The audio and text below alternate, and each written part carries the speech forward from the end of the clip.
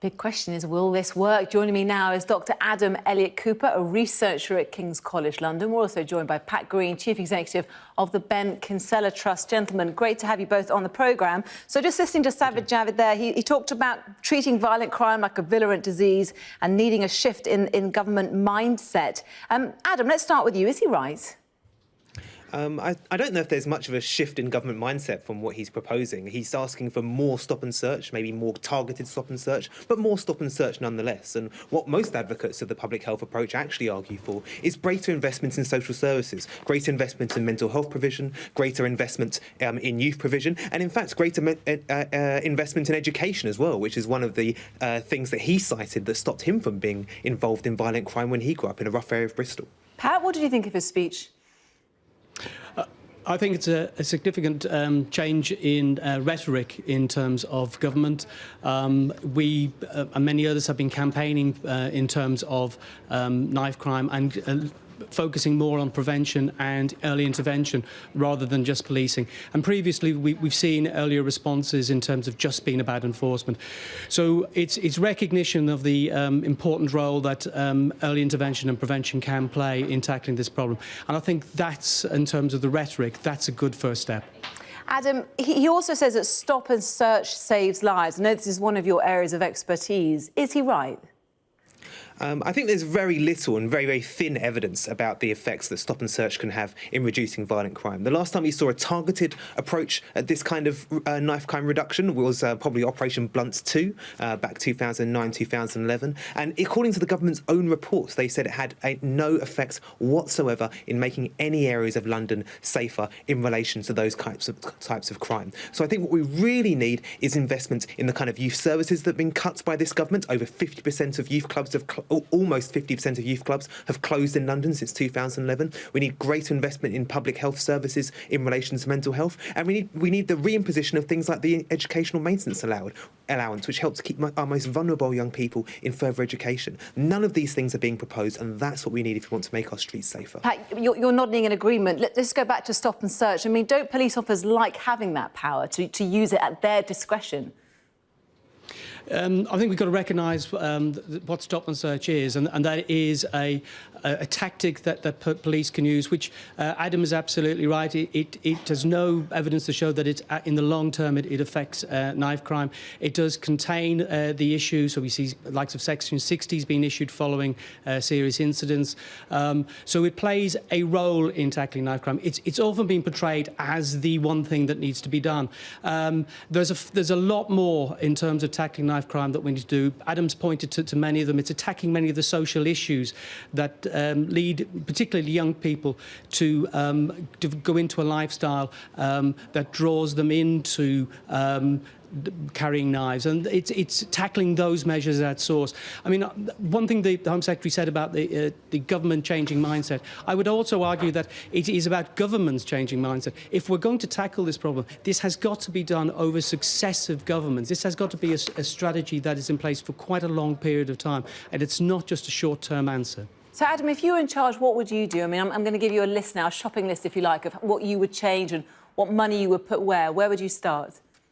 OK, well, I'd probably listen to the reports from the Children's Commission, which has done important research on the effects of cuts to youth services. So we've seen over 1,000 youth clubs close. We've seen over 800 youth workers lose their jobs, hundreds of thousands of our most vulnerable young people losing the access to the kind of early intervention that they need. That's the first thing I'd do. The second thing I'd do, as I mentioned before, was reverse the cuts to the educational maintenance allowance, which allow to help young people getting into further education.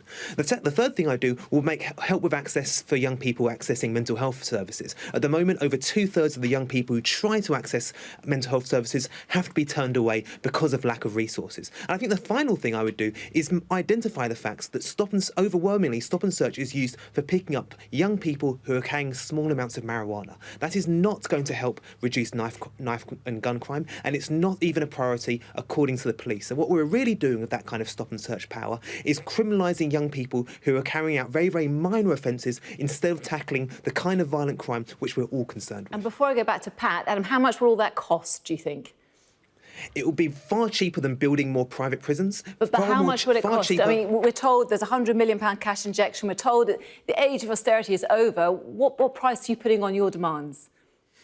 I think that overwhelmingly, to reverse the kinds of cuts that we've seen, we're talking in the hundreds of millions. We're talking in the hundreds of millions. But overwhelmingly, over a long period of time, this will cost the taxpayer far less in prison numbers, far less in police numbers, far less in all the other social costs that crime brings to this country.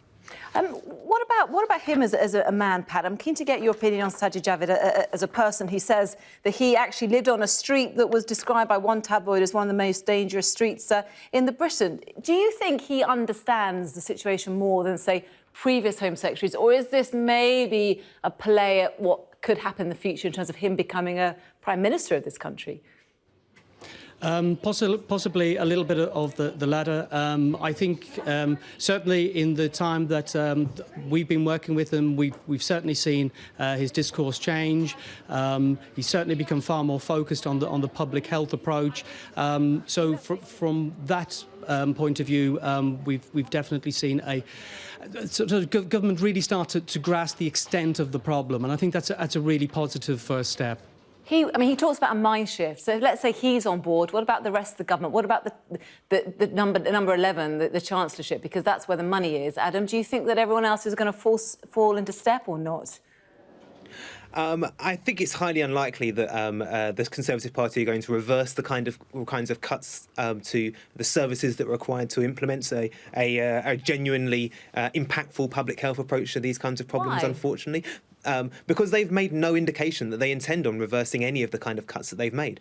So they invest on. They do have, say, they're going to have a youth fund, which will be spread out over 10 years, which will go almost nowhere to reversing the kinds of cuts that we've seen to youth services. In this speech that was made recently, despite the fact that Sajid Javid said, I didn't get into violent crime because of my parents and my teachers, he's not interested in making the kind of investment in education that he himself admits helped him not become involved in these kinds of problems. So I think there's very little hope, I think, from this particular Conservative government for the kind of changes that are needed.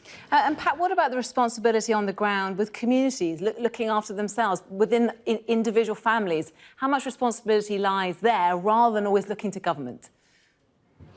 Yeah, we've got to acknowledge too that families are doing a fantastic job. Parents, we work with young people every day, and I can say that the majority of the young people we work with, the parenting is really, really good. Parents are really concerned, of course, about knife crime. They're really worried about their children and their safety. That is a concern.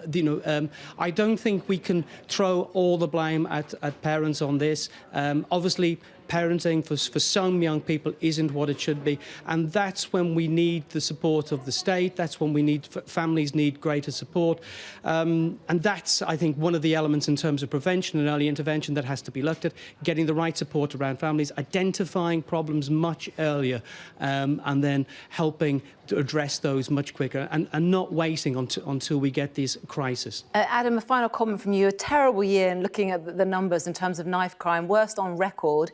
Will it get worse than this?